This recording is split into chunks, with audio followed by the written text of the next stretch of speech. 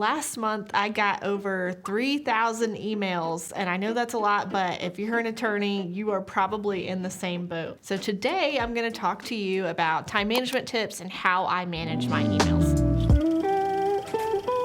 I'm Tiffany Weber. I'm a real estate attorney in Mooresville, North Carolina at Thomas & Weber, and I have had a lot of trial and error when it comes to getting my emails under control so that I know what's coming and going, and making sure I stay on top of everything that comes in. So generally speaking, right now I am following loosely what Tiago Forte popularized as, I think he calls it one touch to inbox zero. So he kind of has a formula for how he recommends that you process your email inbox. I don't know that I do it exactly the way that he has it described in his YouTube videos and on his blog, but it's pretty close. So the tools that I use to accomplish this are Superhuman, which is an email client, and then something called SaneBox. So SaneBox is what I'll start with. It is kind of a helpful email filtering system. So it smartly learns the emails that are coming in, whether they're newsletters, something that you don't need to respond to right away, and it goes into a box called Sane Later. Anything that you are CC'd on that's not sent directly to you goes into a folder called Sane CC. And it just kind of learns your habits. You also have something called the black hole, so that if you get an email and you want to unsubscribe from it, but you don't necessarily have the time to go through the whole unsubscribe process, you just drag it to your black hole, so it is effectively like unsubscribing from an email. So that has been really helpful.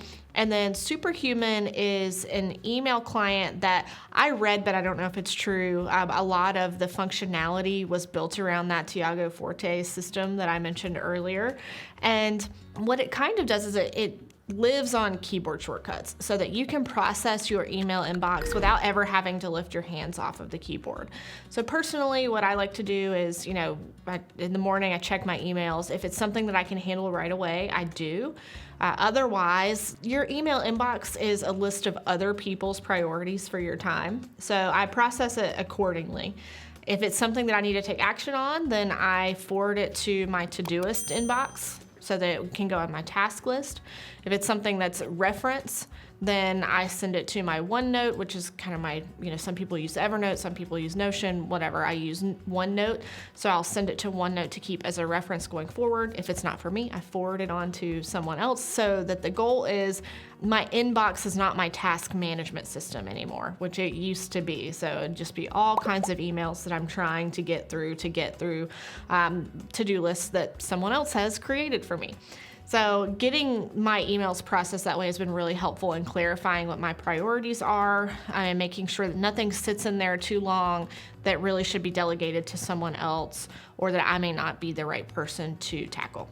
Now, both of those tools, neither one of them is free, so I do pay for SaneBox and I do pay for Superhuman.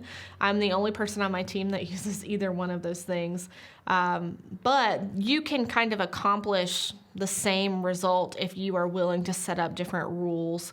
You can set up rules. I also use rules as well. So I have rules for like certain newsletters go to a certain folder. My reconciliation reports for the different bank accounts go into a folder so that I can go look at them when I need to, rather than getting distracted by all sorts of notifications. So you can do these same things without having to pay for a service to do it. It's just that if you don't have the time or interest to do that, then these things will kind of take care of it for you. Now, what about shared inboxes? I know a lot of attorneys use shared inboxes for their team, or they give their assistant access to their email. And I think it depends on your needs at the time. I did have a period of time after my law partner passed away where I was trying to deal with his emails and my emails. I hired an assistant and she had access to my emails. And this was also because I was in closings from usually 8 a.m. to 6 p.m. every day without really a break in there for lunch to read emails, to do anything. So my assistant was able to triage and make sure anything that could be handled by someone else, they immediately got that message instead of having to wait for me to look at it at 6 p.m. And then she made sure that only the things that I really needed to see and act on were in my inbox. So there was a time when having a shared inbox was really helpful for me. Some people strongly urge that you set aside certain times for reading and replying to email. I kind of do this. I wouldn't say I'm very strict about it. It's not like I only answer emails from 8:30 to 9:30 and from 4 to 5. I answer emails whenever I can.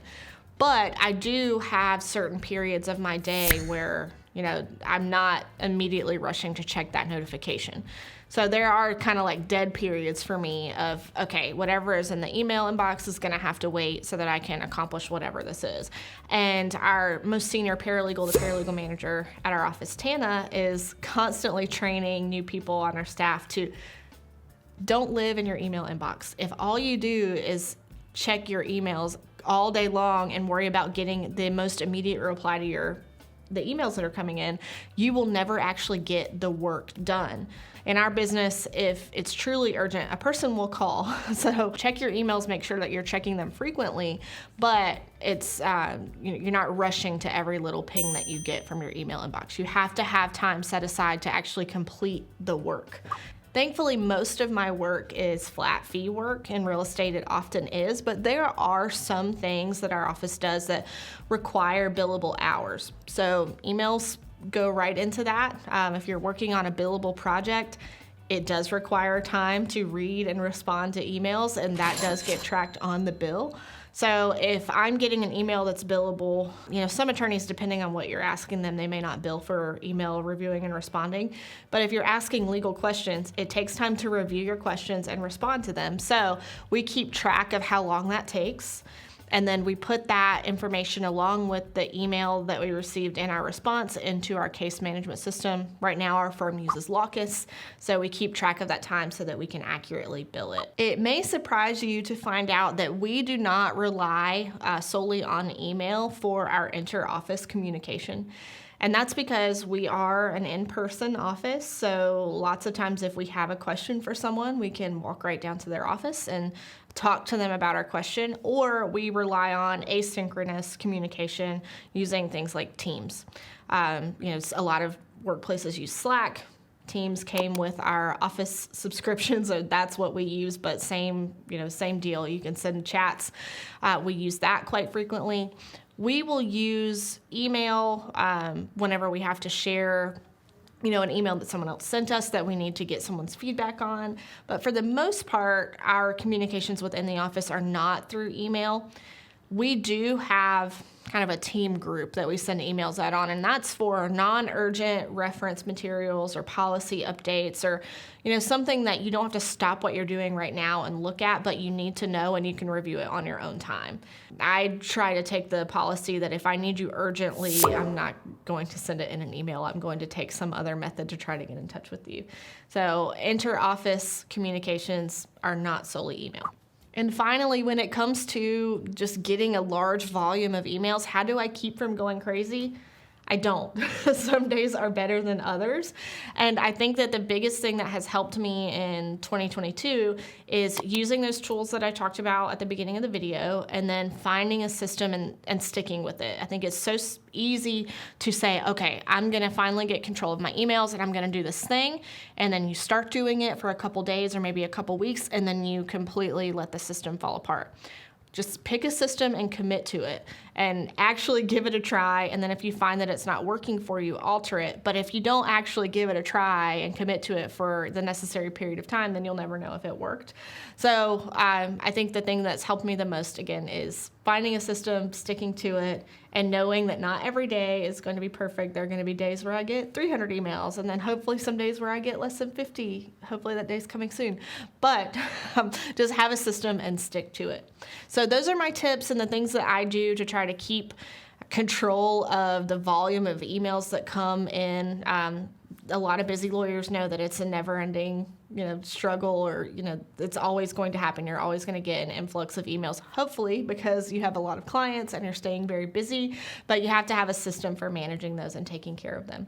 Hopefully some of those things will help you too. If you've used any of those tools, or if you've got any other suggestions that you think might help me, I'm willing to try anything. So leave it in the comments and I would love to check it out. Again, I'm Tiffany Weber, real estate attorney at Thomas & Weber in Mooresville, North Carolina, and I'll see you in the next video.